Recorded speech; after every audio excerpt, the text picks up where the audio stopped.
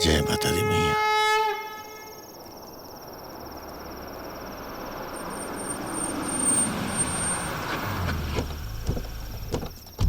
प्रणाम भगत जी। जय माता दी भगत जय बाबा। माता दी। जय माता। जय माता। ठाकुर साहब, इतना रात के आप लोग ही जा, क्या बात है? भगत बाबा, कई सालों से देखा था नहीं, रवा पूरा विश्वास, आस्था और श्रद्धा प्रेम से माता रानी के पूजा पाठ करा था नहीं, बाकी बदले में माता रानी रवा के कुछ दे नहीं ना। हाँ हाँ, अब रवा खुद ही देख ली, एगो लंगोटी में पूरा जीवन गुजर गई। 2 कमरा के मकान, 2 बीसा जमीन खेती खातिर, और घर में जवान बिटिया। हाँ, बियाह योग। अब बेटिया के बियाह और बुढ़ापा में गुजारा कैसे हुई, कब वो सोचे नहीं। सब मैया कृपा करी है। भगत बाबा, माता रानी की कृपा हो गई। जय माता दी। जय माता। पता बा, माता की चौकी से लेके एयरपोर्ट तक की जमीन हाईवे में पास हो गई बा। हाँ? माता अच्छा मौका दिले बानी। बाबा दबा ली। हाय देखी, 10 लाख रुपए लेके आयल बानी, और आपके सारा दरिद्रता दूर हो जाए, और गीता बिटिया के शादी भी बड़ा धूमधाम से हुई। भैया हमने गावल जाए ना? हाँ हाँ हाँ। अरे शादी में हमने गावल भी जाए। ले। लेकिन ठाकुर साहब, हम समझने ना कि एकरा बदले चाहे का आप लोग के जमीन। जमीन। मतलब माता रानी के ई आगे वाला जमीन। बाकी पॉकेट में ना, जमीन के बदले जमीन दे, और पैसा तो देता नहीं, और चाहिए तो और दे। बाकी एगो निवेदन बा भगत बाबा, ई माता की चौकी ई आगे वाला जमीन से उठा के वहाँ पीछे हमरा जमीन पे रख दी, और ई आगे वाला जमीन हमरा के दे दी। अब का फर्क पड़ेला भगत बाबा, माता की चौकी यहाँ आगे के जमीन में बैठी के वहाँ पीछे के जमीन में बैठी। फर्क पड़ेला ठाकुर साहब, बहुत फर्क पड़ेला। एक ग्राम विकास सभा के ही जमीन बा, जो पूरा गांव वाला मिल करके माता के चौकी के खातिर देले बा। इ नाते ये जमीन न हमार बा न गांव वाला के बा। ये जमीन बा तो सिर्फ मैया के जमीन बा। अब ये 10 लाख रुपया के बदले आप माई के परम भक्त के भक्ति और ईमान के खरीदे के चाहता नहीं, ये तो संभव नहीं के। हाँ, अगर रजिस्ट्री करावे के बाद ठाकुर साहब, तो फिर ये रजिस्ट्री तो जेकर जमीन हुई हुए कर सकिले, आ जमीन बा माई के तो माई के बोली वो रजिस्ट्री करी।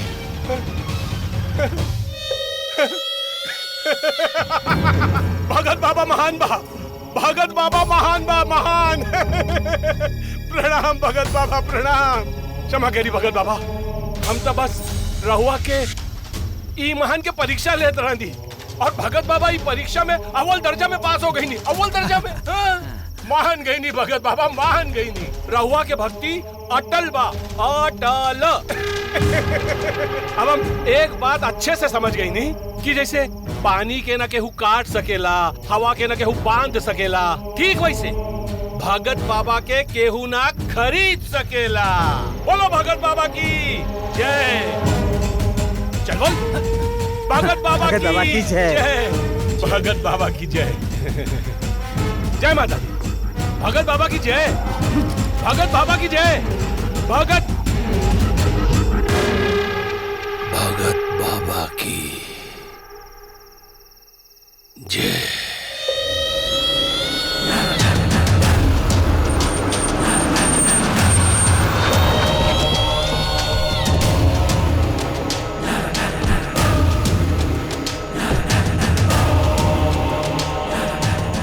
भैया वाह, जवन भगतवा के गर्दन काट के फेंक देने के चाहता था, ओकर गुगान गा के निकल आईली।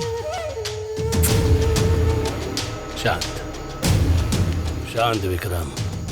विक्रम, क्रोध में ना इंसान की बुद्धि भ्रष्ट हो जाला। हाँ, ए भगतवा ना ये पूरा गांव जवार खातिर भगवान हुए। लोग अगर पूजा करेला, अगर ओके उहे रूप में मारल जाए तो माता के चौकी के बगल में एगो मूर्ति और बन जाए। भगतवा के का कही जाओ हमारा तो कुछ समझ में नहीं आवत। बाकी हमरा के सब समझ में आ गया। ये भगवान की शैतान बना के मारल जाए। रुको रुको अभी देखा। देखला क्या बात बा भाई, पार हो जाए। देखा 1 2 वाह भाई बाबा पार गए। अरे रे रे रे रे तोहरा लोग से ई पत्थर की चिक्की से ई नदी पार नहीं किया होत। हम चाही ना तो अभी नदी पे चल के ई नदी के पार कर दी। बस गीता, फेंका उतने जितना हमनी के लपेट ली जा। बुजुर्ग बोली बड़ू का साच के आज क्या प्रत्यक्ष किम प्रमाणम। तोहरा लोग के हमार बात मजाक लगता ना, हाँ तो अपन आँख के दूरबीन के ना खोल के देखिया जा। खली नहीं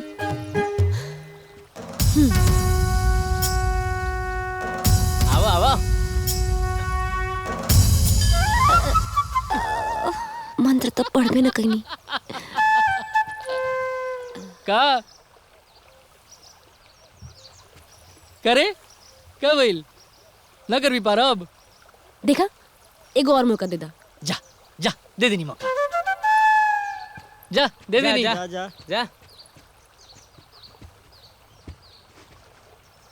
हे दुर्गे रक्षाणी मम।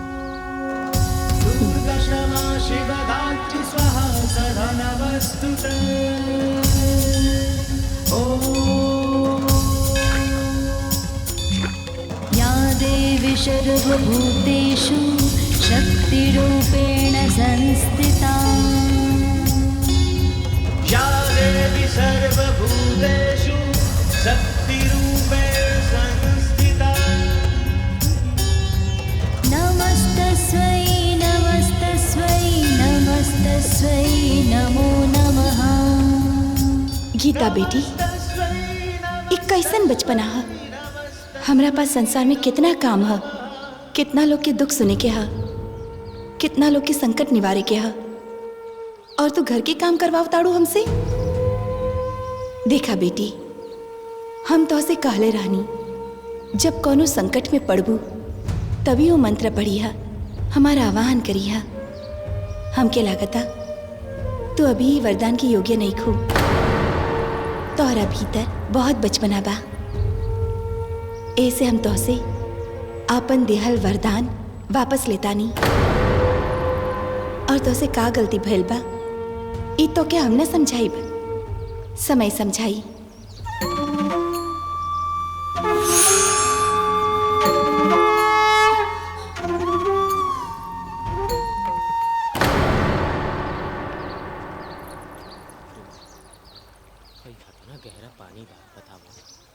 देखा गीता, हमरा समझ में नहीं आवत कि हम तारा से प्यार करें कि डराई।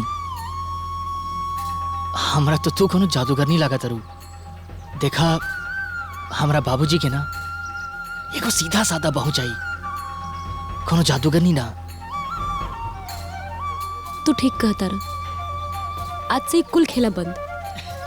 बहुत हो गई चमत्कार, अब करब बस प्यार।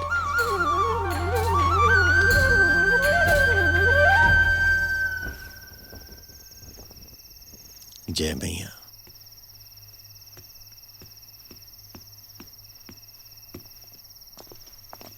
प्रणाम भगत बाबा, प्रणाम प्रणाम भगत बाबा। आशीर्वाद। बोली ब्रह्म बाबू, आज क्या काम आ गया आप लोग के? भगत बाबा आज तोहार खातिर कुछ लाइल बानी। कहा यह शराब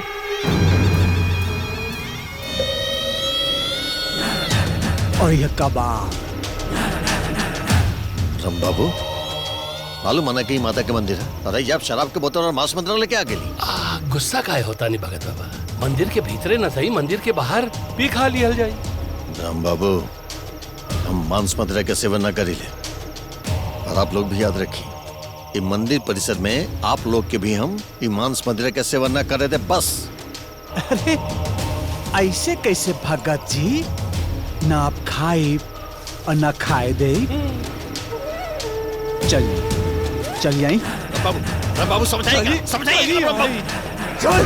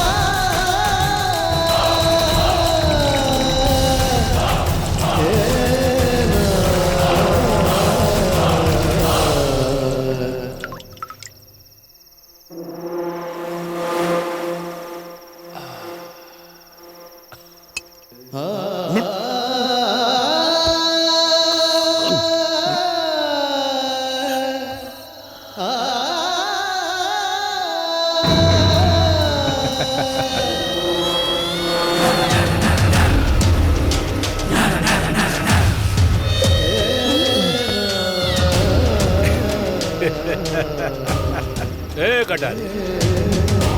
जी ठाकुर साहब। भगत बाबा तो सूत गई, अब गांव जाके गांव वालन के जगह जी।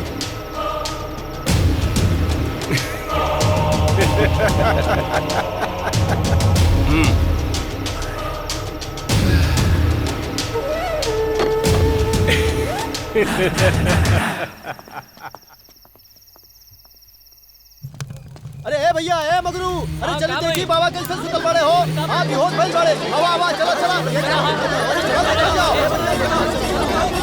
जल्दी जल्दी आई देखी। हवा हवा हवा देखो।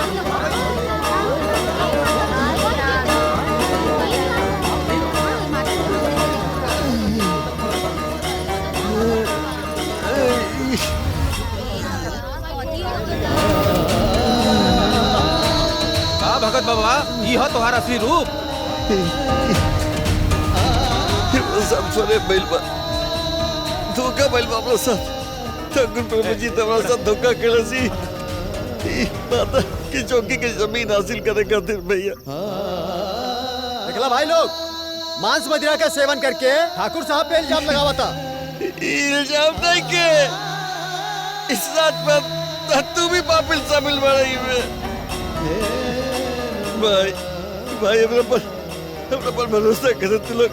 देखा ये ठाकुर ना हमरा पहले में पैसा के लालच दिले हुआ ये बात लेके चौकी के जमीन हासिल करे खातिर, लेकिन हम माता के भगत हम ना टूट लिए सामने सामने दारू हमर कोनो को सूट नहीं के भैया।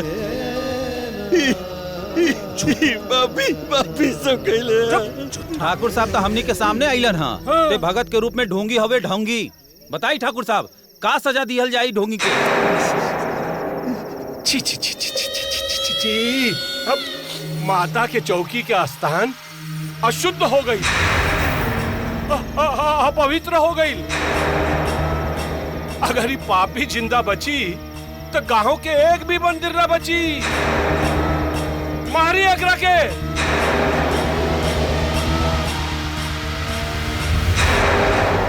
कहा है कि पापी के हत्या ना वध होला, वध। मारी मारी, मारी, मारी, मारी, मारी।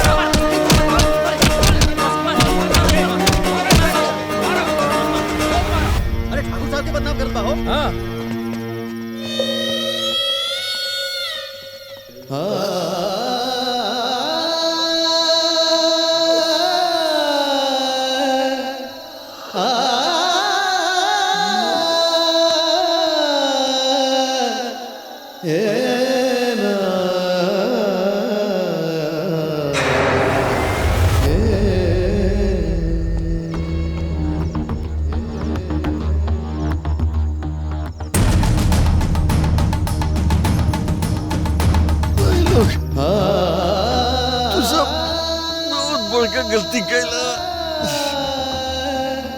हम भी कसूर रह दिया। भाई भाई तुझे सब जानो तो भी भैया न्याय करिए रे। ताकतवर चौकी वाला जमीन हड़पे के चक्कर में इस भोले वाले गाँव वाले के बेवकूफ बना रहा। हमारी बात याद रखिए ठाकुर। सच्चा माता के भगत के खून बोले ये खून से विनाश के बीज उत्पन्न हो। ठाकुर याद रखिए।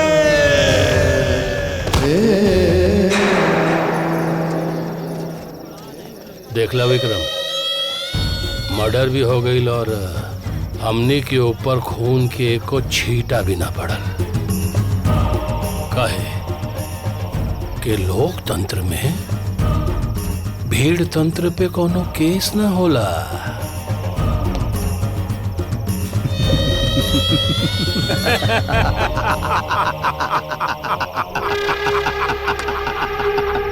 प्रणाम भगत बाबा।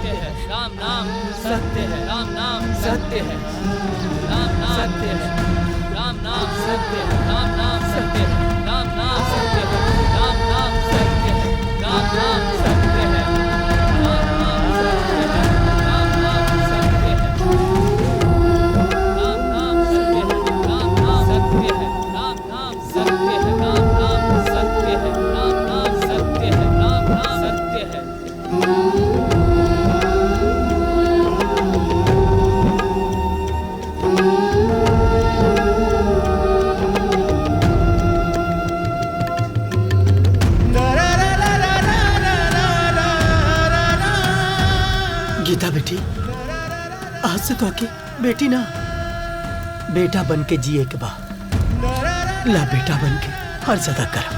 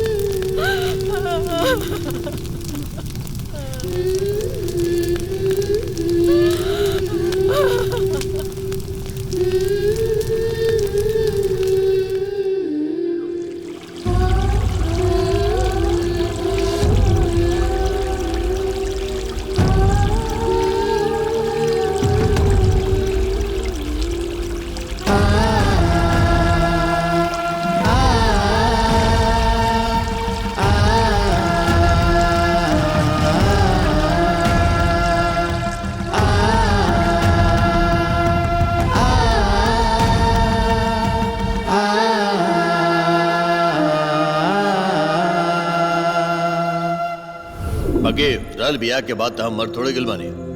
हाँ जिंदा बनी ना हो जाए बिया।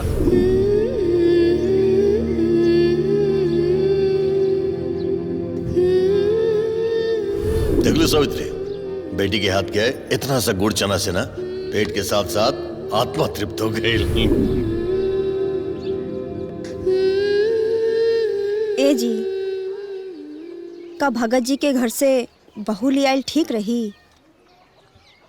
लाख पापी के नहिला से गंगा मैली ना हो जाले। भगत जी के व्यवहार के हम अच्छी तरह से जानता नहीं। उनकरे घर से बहू ले आयल सावित्री भाग्य के ना सौभाग्य के बात बा, सौभाग्य के बात।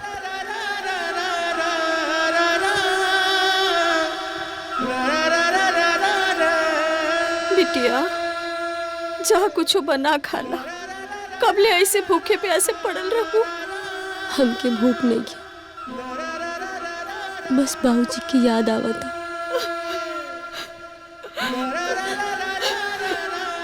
बाकी भूख तो हमनी के बा। अब रउआ लोग ना खाए तो हमनियों के भूखे रहब जा। करण बेटा, टिफिन अपने माई के दा, खाना परोसे और सब लोग साथे बैठ के खाइल जाए।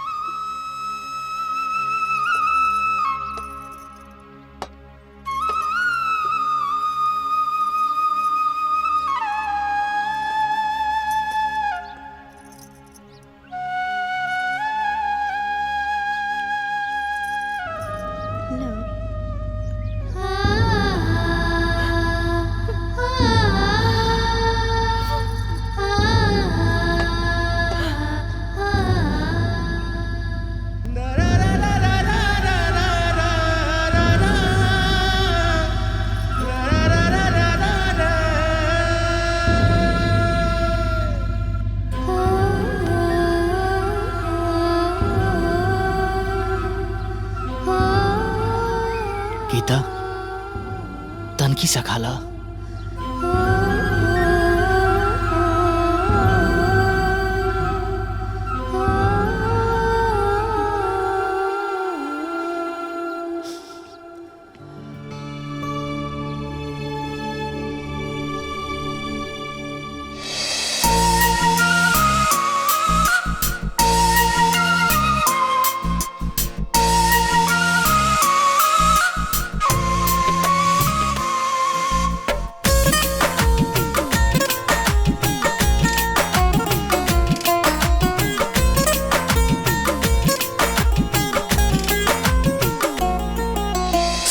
दुख हा जीवन के पहलू आई औरी जाई। बीत गईल जे समय फिर से लौट के अब न आई।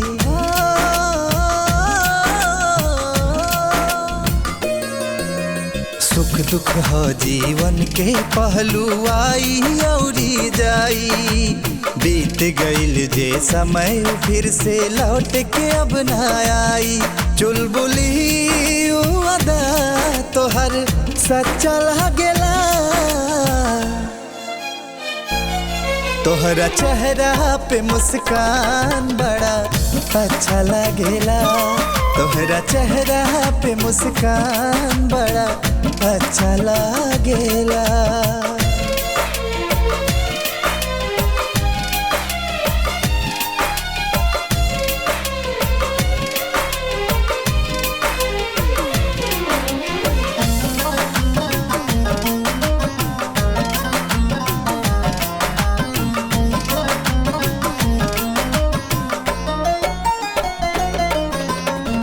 तारी नाही पाई केहू विधना के लेखा। केहू न जाने हाय किस्मत के रेखा। तारी नाही पाई केहू विधना के लेखा। केहू न जाने हाय किस्मत के रेखा। सतरंगी जिंदगिया तोहे कच्चा लागेला। तोहरा चेहरा पे मुस्कान बड़ा अच्छा लागेला। तोहरा चेहरा पे मुस्कान बड़ा अच्छा लागेला। जय माता, जय माता, जय माता। देखिए भाई लोग, वो भगतवा माता की चौकी के ही जमीन पर बैठ के मांस मदिरा के सेवन कइले बा, पूरा के पूरा स्थान अशुद्ध कर देले बा। अब हमरा विचार से ये अशुद्ध स्थान माता के चौकी बिठावे के लायक नहीं खे। ठाकुर साहब बात तो सही कहता नहीं, बाकी माता की चौकी रखल कहाँ जाओ? अरे हमरा जमीन पर बैठी, हमरा जमीन पर, ये मंदिर के पीछे जौन हमार जगह बा, माता के चौकी आज से वहां बैठी। और ओकर एवज में ये अशुद्ध जगह हम ले लेता नहीं। अब क्या करी, माता खातिर इतना तो करे के पड़ी ना। वाह ठाकुर साहब वाह, मान गई नी। माई के सच्चा भक्त भगतवा ना, रउआ बानी रउआ। बोला जय माता दी। आपन पसंदीदा फिल्म देखे खातिर डाउनलोड करी दंगल प्ले ऐप।